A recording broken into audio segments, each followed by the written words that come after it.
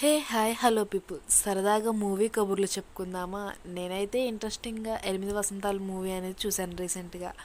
ఎందుకంటే అది ఇన్స్టాలో యూట్యూబ్లో బాగా ట్రెండింగ్ వీడియో.